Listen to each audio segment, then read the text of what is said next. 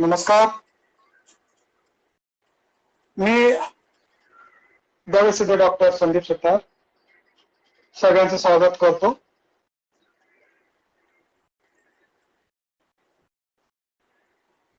पंचगव्य doctor असोसिएशनच्या वतीने ही जी एक हा जो कार्यक्रम सुरू केलेला आहे, तर या कार्यक्रमात माझं जे व्याख्यान आहे ते आहे डायबिटीजवर. हा जो विषय आहे डायबिटीज हा बऱ्याचशा लोकांना माहित आहे, पण तरी सुद्धा मी आजच्या या सत्रामध्ये काही रोचक अशी माहिती देणार आहे. ते कदाचित तुम्ही ऐकलं सुद्धा नसाल.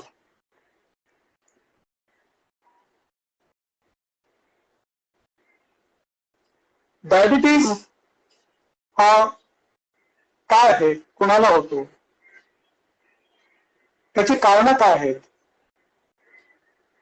त्याच्यावर आपल्याला पथ्य काय आपण पाळायचं,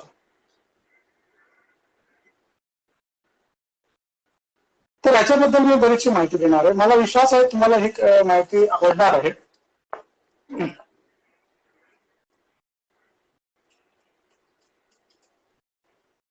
डायबिटीज हा कोणाला होऊ शकतो, त्याचे सिम्पटम्स काय आहेत,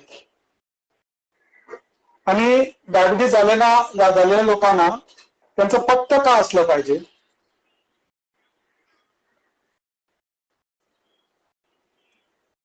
आणि जे लोक निरोगी आहेत त्यांना जर डायबिटीज पासून स्वतःचं रक्षण करायचं असेल तर त्यांनी काय करायचं.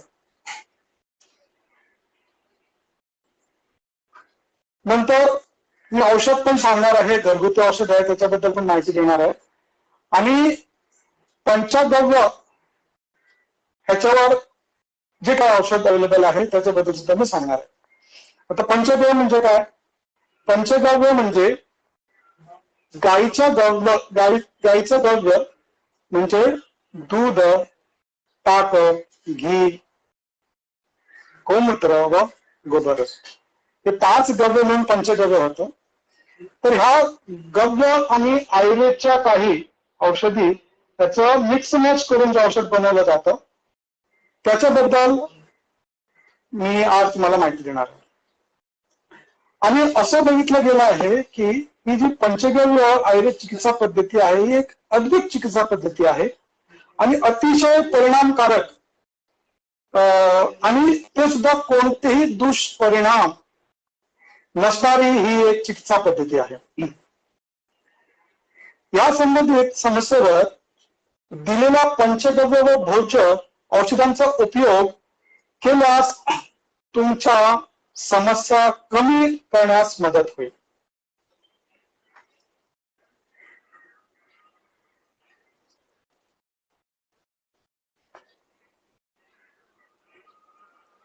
हा जो संदर्भ मी घेतलेला आहे, आजचा जो विषयाचा जो संदर्भ मी घेतलेला आहे तो घेतलेला आहे आमचे गुरुजी, पूज्य गुरुजी श्री निरंजन वर्माजी यांच्यापासून.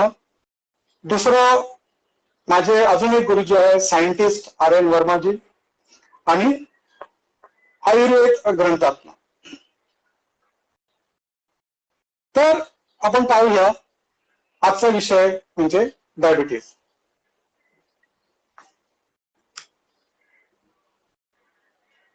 आपल्याला माहित आहे का की 2007 मध्ये किती लोकांना डायबिटीज होती, 2017 मध्ये किती लोकांना डायबिटीज होती, आणि 2020 मध्ये डायबिटीज किती लोकांना होती, आणि आजची परिस्थिती काय? तर याचा आकडा बघितला गेला आहे तर असं आढळून येतं की 2007 मध्ये साधारण 4 कोटी लोकांना डायबिटीज होते. 2017 मध्ये 7 कोटी लोकांना डायबिटीज होते, आणि 2020चा जो आकडा आहे तर तो आकडा सांगतो की 8 कोटी लोकांना डायबिटीज होते. आणि असंच पुढे जर होत राहिलं तर 2045 पर्यंत साधारण 14 कोटी लोकांना डायबिटीज होणार आहे. हा जो आकडा आहे मी नुसतं भारत मधलाच आकडा सांगतो. तर आपल्याला असं आढळून येतं की जसं आपण पुढे जातो मॉडर्नायझेशन कडे जातो, तसं तसं आपल्याला लोकांची डायबिटीस वाढत आहे असं दिसून येतं. आणि जसं जसं आपण पाठीमध्ये जातो तर असं लक्षात येतं की लोकांची डायबिटीस जी होती ती निगम्य होती, लोकांना कमी डायबिटीस होत होती. की असं काय आमच्या पूर्वजांना माहीत होतं ज्याच्यामुळे त्यांची डायबिटीज कंट्रोलमध्ये राहायची किंवा ते डायबिटीज मुक्त होते. तर काहीतरी आमच्यापेक्षा वेगळं त्यांना ज्ञान होतं, काहीतरी नियम पालन करत होते आणि काहीतरी त्यांना कारणं माहीत होती. त्याच्यामुळे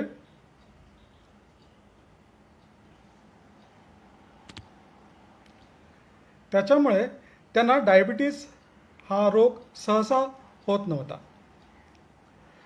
तर डायबिटीज म्हणजे काय? तर डायबिटीज म्हणजे माणसाच्या शरीराच्या रक्तामध्ये जी शुगर नियंत्रित होत नाही आहेत, जे कंट्रोलमध्ये येत नाहीत, ह्याला डायबिटीज असं म्हटलं जातं. म्हणजे काय? शरीर आपले जे काय अन्न खातं, अन्नापासनं जे काय आपल्याला घटक मिळतात, त्या घटकानंतर जो एंड प्रॉडक्ट असतो, तो एंड प्रॉडक्ट हा ग्लुकोज बनतो. आणि हा ग्लुकोज जो आहे तो शरीरामध्ये प्रत्येक सेलपर्यंत जाण्यासाठी रक्ताच्या माध्यमातून जात असतो. आणि समजा हे ग्लुकोज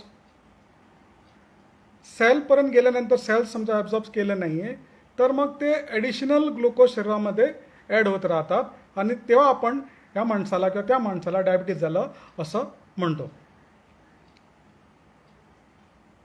तर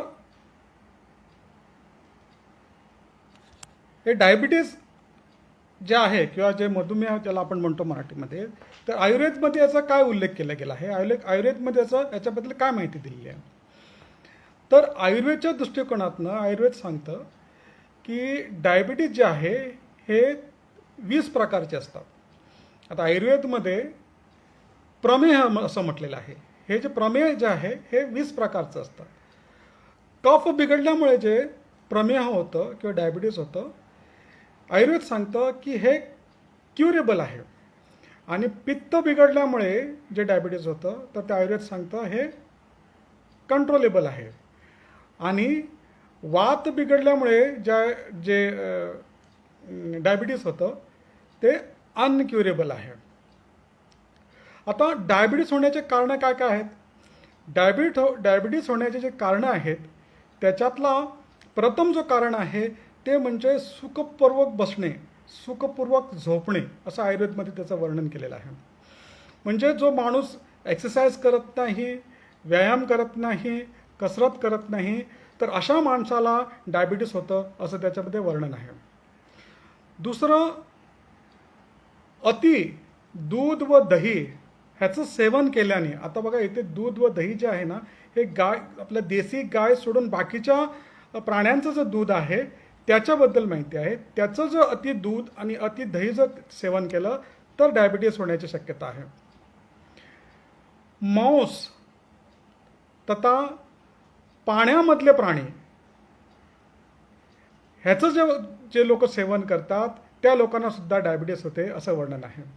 नवीन अन्न आणि नवीन मध, हनी, जे लोक ह्याचं प्राशन करतात त्यांना सुद्धा डायबिटीस होते असा उल्लेख आहे. गुळापासनं किंवा आपण शुगर केन म्हणतो त्या रसापासनं जे काय मिठे पदार्थ किंवा स्वीट पदार्थ जे आपण बनवतो ते अति सेवन केल्याने सुद्धा त्याचा परिणाम डायबिटीजमध्ये होतो. आणि सगळे कफकारक जे काही कारणं आहेत त्याच्यामुळे सुद्धा डायबिटीज होतात. आता कुठल्याही प्रकारचं जर डायबिटीज झालं, कफच्यामुळे डायबिटीज झालं किंवा पित्ताच्यामुळे डायबिटीज झालं आणि ती राईट टाईमला राईट औषध जर समजा दिलं नाही तर आयुर्वेद सांगतं की हे क्रॉनिक स्टेजवर जातं आणि ते मग इनक्युरेबल होतं. म्हणजे जसं तुम्हाला डायबिटीज जाणवलं, कळलं की डायबिटीज झाली, तर तुरंत राईट औषध मिळणं राईट टाईमला अत्यंत गरजेचं आहे. आता हे डायबिटीज झाल्यानंतर आपल्या शरीरामध्ये काय काय विकृती येते तर शरीरामध्ये जी विकृती येते तर सर्वप्रथम आपलं वात पित्त कफ हे बिघडतं. हे आपलाच वात पित्त कफवर आपलं जो आयुर्वेद बेज आहे हे सगळ्यात पहिलीच बिघडतं. त्याच्यानंतर त्याच्यात बाकीच्या दोष निर्माण होतात. ते दोष निर्माण होतात रक्तामध्ये, रसमध्ये, शुक्रामध्ये, मेदमध्ये, वॉटर कंपोनंट्समध्ये, जे आपल्या शरीरामध्ये जे जलतत्व आहे जलतत्वामध्ये त्याचे विकृती होते. तसंच लसिका, मज्जा म्हणजे बोन मॅरो आणि ओज व मांस ह्याच्यामध्ये आपली सगळी विकृती होतात.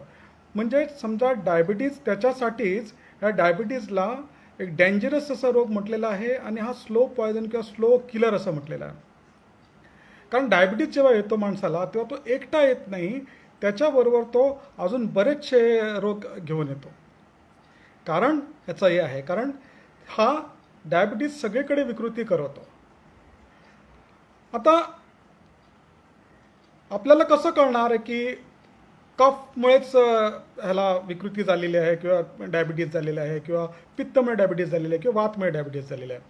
त्याच्यावर सुद्धा सुरेख वर्णन केलेलं आहे. त्याच्याबद्दल तुम्हाला मी माहिती देतो आणि त्याच्यानंतर मी तुम्हाला सांगणार आहे की प्री डायबिटिक, समजा माणसाला डायबिटीज जर होत असेल तर त्याचे सिम्पटम्स काय असतात. आपल्याला जनरली सिम्पटम्स माहीतच आहे की ताण भरपूर लागते, काही लोकांना भूक भरपूर लागते, युरिनेशन परत परत जावं लागतं, हे सगळे सिम्पटम्स आपल्याला माहीत आहे. पण आयुर्वेदच्या दृष्टिकोनातून काही टिप्स दिलेल्या आहेत ओळखायच्या की तुम्हाला प्री डायबिटिक्स आहे किंवा तुम्हाला डायबिटीज झालेली आहे. तो विषय मी ह्या विषयानंतर घेणार आहे. सगळ्यात प्रथम पहिले आपण पाहूया की कॉम्प्लिकेशन्स काय काय आहेत. समजा कफ प्रमेह झाला तर किंवा पित्त प्रमेह झाला तर किंवा वात प्रमेह झाला तर. कफ समजा प्रमेह तुम्हाला झाला असेल तर ह्याच्यातला जो सगळ्यात पहिला जो तुम्हाला कॉम्प्लिकेशन येणार आहे तो म्हणजे इनडायजेशन. म्हणजे कफवाला जर कोणी पेशंट असेल, म्हणजे कफ विकृत झाल्यामुळे ज्याला डायबिटीज झालेली असा जर पेशंट आहे तर सगळ्यात प्रथम त्याचं इनडायजेशन प्रॉब्लेम सुरू होणार आहे. नंतर त्याला त्याची चव असणार नाही, जेवणाची चव नाही, त्याचे ॲपिटाईट कमी होतं, त्याला भूक कमी लागते, त्याला निद्रा येते, परत परत त्याला झोपावंसं वाटतं, काही लोकांना उलट्या येतात, काही लोकांना कफ जाणवतं आणि काही लोकांना नाकामध्ये इन्फ्लमेशन होतं. तर अशा काही जर पेशंट्सला जर सिम्पटम्स आहेत तर समजायचं हे कफकारक आहे, कफामुळे हे झालेलं आहे. आणि जसं मी तुम्हाला पहिलं सांगितलेलं आहे कफमुळे जे काय डायबिटीज होतात हे क्युरेबल आहे, पण तेव्हाच जेव्हा तुम्ही त्याला राईट टाईमला राईट ट्रीटमेंट देणार. पित्तामुळे कुणाकोणाला म्हणजे कसं ओळखायचं की हा जो पेशंट आहे डायबिटीज ज्याला झालेला आहे हा पित्तामुळे झालेला आहे. तर पित्तामुळे झालेले जे डायबिटीज असतात त्या लोकांना जो पेन असतो तो आपले युरिनरी ब्लडर आहे या ठिकाणी पेन असतं. गुप्ता अंगाकडे थोडंसं स्किन जी आहे ती क्रॅक झाल्यासारखी असते. त्यांना बर्निंग सेन्सेशन होतं, म्हणजे हात आणि पाय असतात त्याच्यामध्ये त्यांना बर्निंग सेन्सेशन येतं, ज्याला दाह असं म्हटलेलं आहे. त्या लोकांना आम्ल ढेकर येतात, आंबटचे ढेकर येतात. तसंच काही लोकांना फिवर येणार आहे, फिवर पण येतो, काही लोकांना म्हणजे मूर्छा पण येऊ शकते आणि काही लोकांना लूज मोशन पण होतं. तर हे जर सिम्पटम्स जर आढळत असेल तर समजावं की हा जो पेशंट आहे हा पित्त बिघडल्यामुळे ह्याला डायबिटीज झालेली आहे. वात कसं ओळखायचं तर वात बिघडल्यामुळे ज्यांना डायबिटीज होतात त्या लोकांना जे वेग अडवल्यामुळे जे काय रोग निर्माण होतात ते सगळे ह्याच्यामध्ये तुम्हाला आढळतात. तर वेग म्हणजे काय, आता आपण जांभई घेणं हा एक वेग आहे, शिका काढणं हा एक वेग आहे, निद्रा हा एक वेग आहे, भूक लागणे हा वेग आहे. हे कधीही रोखून ठेवायचे नसतात, जर रोखून ठेवले तर त्याचे दुष्परिणाम होतात. आणि वात बिघडल्यामुळे ज्या लोकांना डायबिटीज होतात त्यांना हे सगळं त्यांच्यात आढळून येतं. तसंच काही लोकांना म्हणजे कपकपी भरते, काही लोकांना हृदयाच्या ठिकाणी एक अनइझीनेस फिलिंग येतं, काही लोकांना म्हणजे ग्रीडीनेस म्हणजे खाण्याचं म्हणजे परत परत खावंसं वाटतं, भूक वाटते, म्हणजे जसा भस्मक रोग झाल्यासारखं त्यांना परत परत खावंसं वाटतं. काही लोकांना पोटामध्ये थोडंसं पेन जाणवतं. काही लोकांची निद्रानाश होते. बघा आता इथे वात जे डायबिटीज झालेले असतात ना, ह्यांना निद्रानाश होते आणि कफामुळे जे डायबिटीज झालेले असते त्यांना परत परत झोप येते. हा फरक तुम्हाला जर कळला तर तुमच्या लक्षात येईल मग त्यांना कुठल्या पद्धतीचा त्यांनी कुठल्या कफ पित्त या वाता याच्यामध्ये मोडतात ते तुमच्या पटकन लक्षात येईल. मग त्यानुसार तुम्हाला कळेल की हा जो रोग आहे हा क्युरेबल आहे की नॉन क्युरेबल आहे. आता हे सिम्पटम्स तुम्हाला जर आढळत असेल, तुमच्या आजूबाजूला जर हे सिम्पटम्स तुम्हाला जर दिसत असेल तर समजा की ह्यांना हे रोग झालेले आहेत. आता पाहूया प्री डायबिटिक्स कसं ओळखायचं. युजली आपण काय करतो, समजा डायबिटीज झालेली असेल तर आपण पॅथॉलॉजीमध्ये जातो, रक्ताचं सॅम्पल देतो आणि त्याच्यामध्ये आपल्याला कळतं की हे डायबिटीज झालेली आहे वगैरे वगैरे वगैरे. पण आयुर्वेद जे आहे हे भरपूर जुनं आहे आणि 5,000 वर्षापूर्वीचा आपल्याकडे सगळं त्याचा उल्लेख आहे. तर अशा टाईमला जेव्हा पॅथॉलॉजी नव्हती तेव्हा ते कसे ओळखायचे, तर त्याच्यासाठी त्यांनी सुंदर टिप्स दिलेले आहेत. या टिप्स तुम्ही जर आजूबाजूला तुमच्या जर लोक आहेत, तुमचे फॅमिली, तुमचे मित्रमंडळी, तर हे जर टिप्स तुमच्या लक्षात आलं तर पटकन कळेल की तुम्हाला ह्याचा प्री डायबिटिक्सच्या स्टेजवर तुम्ही आहात. तर सर्वप्रथम तो सांगतो, आयुर्वेद सांगतो की ज्या लोकांना डायबिटीस व्हायची असते त्या लोकांच्या दातामध्ये कण किंवा दातामध्ये एक असं समजा थर येतो, निर्माण होतो. गम्स जे आहे त्याच्यामध्ये थर निर्माण होतं. तसं आतली जी पटजीभ आहे त्याच्यामध्ये पण थर निर्माण होतं. हा सगळ्यात प्रथम त्यांनी सांगितलेला आहे. म्हणजे हे बघितल्यानंतर तुमच्या पटकन लक्षात येईल की ह्या माणसाला डायबिटीस होत आहे किंवा he is on the way, की ह्याला डायबिटीस होण्याची आता शक्यता आहे. दुसरं आपल्याला आढळून येतं की त्यांना बर्निंग सेन्सेशन होतं, म्हणजे हातापायाला ना एकदम म्हणजे अशी आग होते. तिसरं, त्यांचं पूर्ण शरीर ऑइली सारखं वाटतं, त्यांना ऑइलमध्ये म्हणजे असं बुडवल्यासारखं वाटतं, एकदम ऑइली फिलिंग होतं. तसंच त्यांना परत पाणी प्यावंसं वाटतं. आणि अजून एक सिम्पटम आहे आणि ती म्हणजे डायबिटीस लोकांचा जो स्वाद असतो, मूचा स्वाद असतो, हा गोडस होतो, स्वीट व्हायला लागतं. आपला जो नॉर्मली जो फ्लेवर असतो तोंडाचा तो एकदम म्हणजे आपल्याला कळत नाही, म्हणजे नॉर्मल असतं. पण डायबिटीज लोकांचं जे किंवा लोकांना जेव्हा डायबिटीज यायची असते त्या लोकांचं जे स्वाद असतं ते थोडं स्वीट व्हायला लागतं. हे टिप्स दिलेले गेले आहे आयुर्वेदमध्ये ओळखण्यासाठी की डायबिटीज होत आहे किंवा ऑन द वे आहे की याला डायबिटीज होऊ शकतं. मग आता समजा ज्या माणसाला डायबिटीज झालेली आहे तर त्याच्यासाठी निदान काय आहे, व ज्या माणसाला असं वाटतं की मला की डायबिटीज होऊच नये त्याच्यासाठी नियम काय आहे. तर ह्याच्यामध्ये मी 2 भाग करणार आहे. तर एक भाग म्हणजे आपण पथ्य आणि दुसरा भाग म्हणजे आपला शरीरासाठी कसरत. तर प्रथम आपण बघूया आपण याच्यासाठी जे डायबिटीज लोकांसाठी पथ्य आणि अपथ्य काय काय आहे. बघा, सगळ्यात प्रथम म्हणजे आपल्या शरीराला जे लागणारे आहेत ना, हे 6 रस सांगितलेले आहेत. 6 रस कुठले कुठले? मधु, आम्ल, लवण, तिक्त, कटुक, कषाय. म्हणजे मधु म्हणजे स्वीट, आम्ल म्हणजे आम्ल, लवण म्हणजे आपलं मीठ, तिखट म्हणजे इथे संस्कृतमध्ये असल्यामध्ये कडू आहे, आणि कटुक म्हणजे तिखट आहे, आणि कषाय. हे 6 रस सांगितले आहेत. आता हे 6चे 6ही रस आपल्याला शरीरासाठी निरोगी राहण्यासाठी लागतात. बऱ्याचशा वेळेला काय होतं की आपल्याला शुगर होणार किंवा शुगर झालेली आहे म्हणून आपण मिठा रस जो आहे, जो स्वीट रस जो आहे त्याचा परहेज करतो.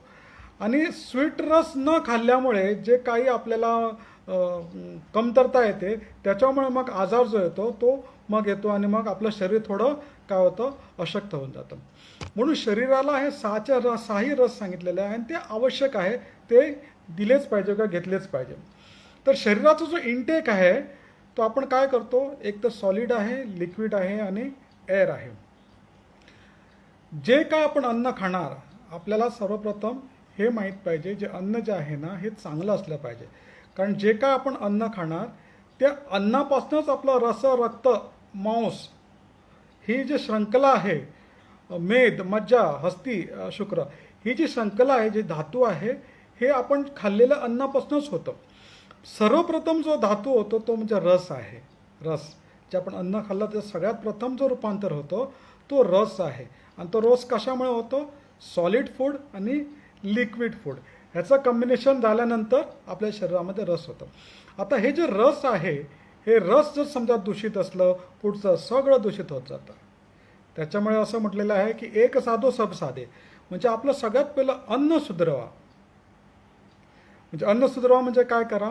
जे काही तुम्ही अन्न आजकाल खातात ते बघा ऑर्गॅनिक आहे, सेंद्रिय आहे की नाही आहे. जर नसाल तर तुम्ही सेंद्रिय किंवा ऑर्गॅनिक ह्याच्याकडे वळा, म्हणजे काय होईल, तुम्हाला बेस्ट चांगलं जेवण मिळेल.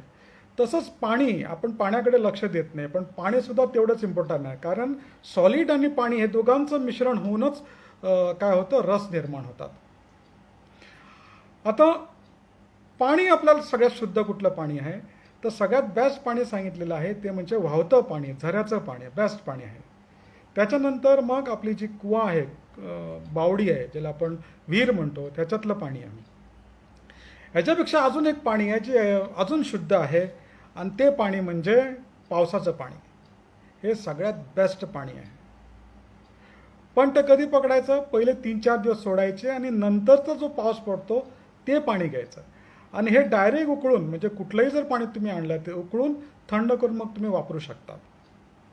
हे सगळ्यात, ही पद्धत जी आहे ही सगळ्यात बेस्ट पद्धत आहे.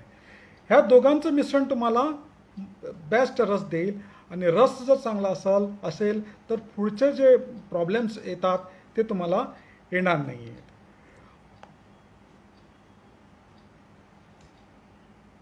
भोजनमध्ये सगळ्यात जास्त चांगलं काय आहे?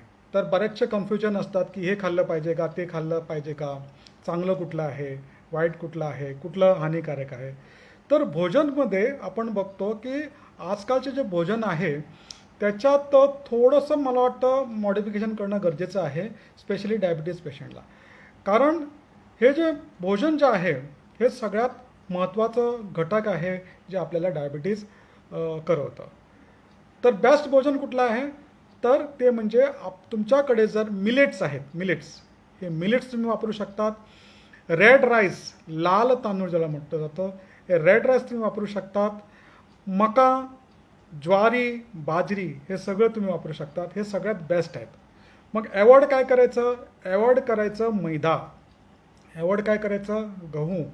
याच्या अतिरिक्त हे जे तुम्हाला मी सांगितलेलं आहे ते सगळ्यात बेस्ट घटक आहेत. डाळ कुठली वापरायची? डाळमध्ये कुलती व मूग डाळ सगळ्यात उत्तम आहे, सगळ्यात बेस्ट आहे. तसंच चणे डाळ किंवा तूर डाळ पण कधी वापरू शकतात. पण ह्याच्यात ही जी डाळ सांगितलेली गेली आहे ती सगळ्यात बेस्ट डाळ आहे. भाज्या कुठल्या वापरायच्या? भाज्या तुम्ही तसं बघितलं तर सगळ्या वापरू शकतात, पण लटकणारी भाज्या ज्या आहेत हे सगळ्यात बेस्ट भाजी सांगितलेली आहेत, हे तुम्ही वापरू शकता. पण इथे थोडंसं प्रिकॉशन घेतलं पाहिजे. कंदमुळं, जी कंदमुळं आहेत इथं थोडं तुम्ही प्रिकॉशन घेतले पाहिजेत. कारण कंदमुळं जी आहेत ही थोडं शरीराचा वात वाढवणारे असतात. त्याच्यामुळे आपल्या शरीराचा जो वातपित्त कफचा जो बॅलन्स आहे तो बिघडू शकतो. तर लटकणाऱ्या भाज्या या सगळ्यात उत्तम सांगितले गेलेले आहे. गरम मसाला जो आहे हा कमीत कमी वापरायचा. आणि फ्रूट्ससुद्धा आपल्याला सेवन करायचे असतात. तर फ्रूट्स कुठले सेवन करायचे? तर फ्रूट म्हणजे सगळ्यात बेस्ट आहे सीताफळ, जामून, केला, अनार, पपई, पेरू, कोकोनट, जॅकफ्रूट. जॅकफ्रूटसुद्धा तुम्ही खाऊ शकतात. अंजीर जो आहे ते तुम्ही खाऊ शकतात. पण खायचं कधी? तर ह्याचा जो टायमिंग सांगितलेला आहे तो म्हणजे सकाळी. तुम्ही जेव्हा ब्रेकफास्ट कराल त्या टाईमला या फळाचा वापर करा, अत्यंत लाभदायक आहे. आणि ह्याच्यात फळं जे अवॉइड करायची आहेत ते म्हणजे ग्रेप्स आहे, ॲपल आहे आणि थोडासा मँगो पण आहे. मँगो पण जर ज्या लोकांना खायचं असेल, कारण मँगो सीझनमध्ये बऱ्याचशा डायबिटीज पेशंट आम्ही बघतो त्यांना मँगो खायचा असतो, आम खायचा असतो, आंबा खायचा असतो. तर मग त्यांना खायचं असेल तर एकदम म्हणजे जेवढं थोडंसं म्हणजे पाहिजे तेवढाच, आणि ते सुद्धा कधी? सकाळचं. तर भोजनामध्ये आपल्याला हे थोडंसं व्हेरिएशन करायचं आहे. आणि दुसरा जो भाग आहे तो म्हणजे कसरत. आता ज्या लोकांना डायबिटीज झालेली आहे त्यांनी हे जे पथ्य सांगितलेलं आहे त्याचं पालन कराच. पण ज्या लोकांना वाटतं की डायबिटीस होऊ नये म्हणून त्या लोकांनी सुद्धा करायचं. आणि ह्याच्या पलीकडे काय करायचं तर ह्याच्या पलीकडे डायबिटीस लोकांना कंपल्सरी डेली कसरत केली पाहिजे. समजा कसरत जर करू शकत नाही तर कमीत कमी वॉकिंग केली पाहिजे. आणि वॉकिंग किती? दर दिवशी कमीत कमी 2 ते 3 किलोमीटर. म्हणजे डायबिटीस पेशंट असो किंवा नसो प्रत्येक दिवशी हे 2 ते 3 किलोमीटर चालणं हे फार लाभदायक असतं. तसंच झोपायचं कधी, भोजन कधी करायचं, रात्रीचं भोजन कधी करायचं. तर दिवसाचं भोजन तुम्ही सकाळी ब्रेकफास्ट जेव्हा घेतात ते 7 ते 8 दरम्यान घेऊ शकतात, दुपारचं 1 ते 2 आणि संध्याकाळचं जे भोजन आहे ते 7च्या सुमारात करायचं. आणि रात्रीचं जो भोजन झोपण्याचा टाईम आहे तो म्हणजे रात्री 9 ते 10 या दरम्यान. रात्री झोपायचा जो टाईम आहे 9 ते 10 या दरम्यान झोपायचं. असं केल्याने तुम्हाला डायबिटीस होण्याची शक्यता कमी होते. तसंच घरामधले आपल्या जे 5 व्हाईट पॉयझन्स आहेत ते पण काढून तुम्हाला बाजूला ठेवावं लागेल. ते व्हाईट पॉयझन कुठले कुठले आहेत? एक तर मैदा आहे, ऑइल आहे, जे आपण जर्सीचं जे दूध आहे, साखर आहे आणि व्हाईट नमक आहे. हे 5 तुम्ही घरातलं काढून बाजूला ठेवा. तसंच पॉलिश राईस जो आहे ना तो पण थोडा बाजूला ठेवा आणि अनपॉलिश राईस तुम्ही घेऊन या. तर हा अनपॉलिश राईस तुम्हाला फार लाभदायक ठरू शकतो. दूध जर प्यायचं असेल तर जसं मी तुम्हाला सांगितलं आहे तुम्ही देशी गाईचं, कुठल्याही देशी गाईचं दूध तुम्ही सेवन करू शकतात. आणि दहीसुद्धा देशी गाईचं सेवन करू शकतात. पण थोडीशी याच्यात इथं काळजी घेतली पाहिजे की दूध जे आहे हे रात्रीच घेतलं पाहिजे आणि दुधामध्ये थोडंसं पाणी घातलं पाहिजे. आणि त्याच्या अतिरिक्त त्याच्यामध्ये तुम्ही घी घातलं तरी चालेल, दुसरं काही नाही. तसंच दही जर तुम्हाला सेवन करायचं असेल तर दहीचं सेवन करण्याचा जो टायमिंग आहे तो आहे सकाळी तुम्ही घेऊ शकतात किंवा दुपारी घेऊ शकतात. पण दही कधी एकटं घ्यायचं नसतं. दहीबरोबर तुम्हाला जर पाहिजे असेल, दही खायचं असेल तर तुम्ही देशी गायच्या दुधापासून बनवलेलं दही घ्या आणि त्याच्यामध्ये तुम्ही घी टाका किंवा मूग डाळ टाकले तरी चालेल किंवा आवळा पावडर टाकला तरी चालेल किंवा आवळा चूर्ण टाकला तरी चालेल. तर हे जर तुम्ही टाकलं आणि दहीचं प्राशन केलं तर ते तुम्हाला लाभकारकच ठरेल. तर हे झालं काही पथ्य शरीरासाठी व्यायाम आणि काही अजून दुधाबद्दल किंवा दहीबद्दल माहिती. ह्याच्या अतिरिक्त समजा कोणाला डायबिटीज झालेली आहे आणि ती एक समजा मामूली डायबिटीज आहे आणि त्याला ती जर कंट्रोल करायची असेल तर त्याच्यासाठी घरगुती उपाय काय आहे? तर घरगुती उपाय म्हणजे तुम्ही 1-2 चमचे मेथी पावडर घेऊ शकतात. 1-2 चमचे जामुनचे जे सीड असतात त्याचे पावडर घेऊ शकतात. चिरायता आहे त्याचा पावडर घेऊ शकतात. आवळा जो आहे त्याचा पावडर घेऊ शकतात. करेला आहे त्याचा पावडर घेऊ शकतात. असे 2-2 चमचे घ्या आणि ते मिक्स करा. मिक्स केल्यानंतर दररोज सकाळी आणि संध्याकाळी उपाशीपोटी तुम्ही हे 1-1 चमचा घेऊ शकतात. पण मी सगळ्यांना एक सांगू इच्छितो, ह्याच्यात सावधानी अशी बाळगायची आहे की तुम्ही हे जे मी घरगुती औषध जे तुम्हाला पावडर जे सांगितलेलं आहे हे जर तुम्ही तुमच्या डॉक्टराच्या सल्ल्याने घेतले तर तुम्हाला ते फार लाभदायक ठरेल. किंवा डॉक्टराच्या सल्ल्याने घेणं हे तुम्हाला कारण बरं पडेल. कारण तुम्हाला तुमची काय स्टेज आहे वगैरे हे माहीत नसतं. किती घ्यायचं, किती काळापर्यंत घ्यायचं, याच्यासाठी डॉक्टरचा सल्ला घ्या, हे तुम्हाला उपयोगी ठरेल. आता हे सगळं औषधे घेत आहे लोक, बऱ्याचशा चिकित्सा पद्धती अपनायलेल्या आहेत, बऱ्याचशा चिकित्सा पद्धतीच्या औषधं चालू आहेत तरीसुद्धा त्यांना समाधान मिळत नाहीत. तर अशा लोकांना मी सजेस्ट करणार आहे पंचगव्याचं औषध. आता पंचगव्याचं औषध म्हणजे काय आहे? तर पंचगव्याचं औषध आपण जसं मी सांगितलं आहे तुम्हाला गव्यापासून बनवले जाते. काही त्याच्यात आयुर्वेदचे काही औषधे मिक्स मॅच करून त्याच्यात बनवले जाते. तर हे जे औषध जे अवेलेबल आहे ते सगळ्या आमच्या गव्य सिद्धांकडे अवेलेबल आहेत. तर त्यांना काही मधुमेहारी अर्क असं म्हटलं जातं, तर काही SR अर्क असं म्हटलं जातं. तर त्याच्याबरोबर काही टॅबलेट्स पण येतात, ते सुद्धा मधुमेहारी टॅबलेट्स किंवा SR टॅबलेट्स असं त्याचा उल्लेख केला जातो. तर ह्या सुद्धा औषधी तुम्ही तुमच्या आजूबाजूला जर गव्यसिद्ध कोणी उपलब्ध आहे तर त्याच्याकडे जाऊन त्याच्या सल्ल्याने तुम्ही हे औषध घ्या. आणि समजा नसेल तुमच्या आजूबाजूला कोणी गव्यसिद्ध तर हा जो आपला उपक्रम चालू आहे, हा जो फेसबुक लाईव्ह आहे त्याच्यात तुम्ही तुमचा पत्ता देऊ शकतात आणि तुम्ही माहिती याच्यातनं तुम्ही घेऊ शकतात. म्हणजे जर तुम्हाला डायबिटीजबद्दल अजून काय माहिती पाहिजे किंवा तुमच्या मित्रमंडळींना कोणाला डायबिटीज झाले आणि त्यांना जर तुम्हाला रिफर करायचं असेल तर तुम्ही ह्याचा उपयोग करू शकता. तर ही झाली माहिती डायबिटीजबद्दल, पथ्य अपथ्य कारण, प्री डायबिटिक्स आणि त्याच्यावरचं हे जे मी तुम्हाला सांगितलं आहे ते औषध आहे. तर अजून तुम्हाला याच्याबद्दल काय माहिती पाहिजे तर तुम्ही आम्हाला जरूर लिहा. आपण तुम्हाला याच्याबद्दल माहिती फोनवरनं किंवा फेसबुकवरनं याची माहिती पुरवू. तुमचे सगळ्यांचे मनपूर्वक आभार. फार फार धन्यवाद.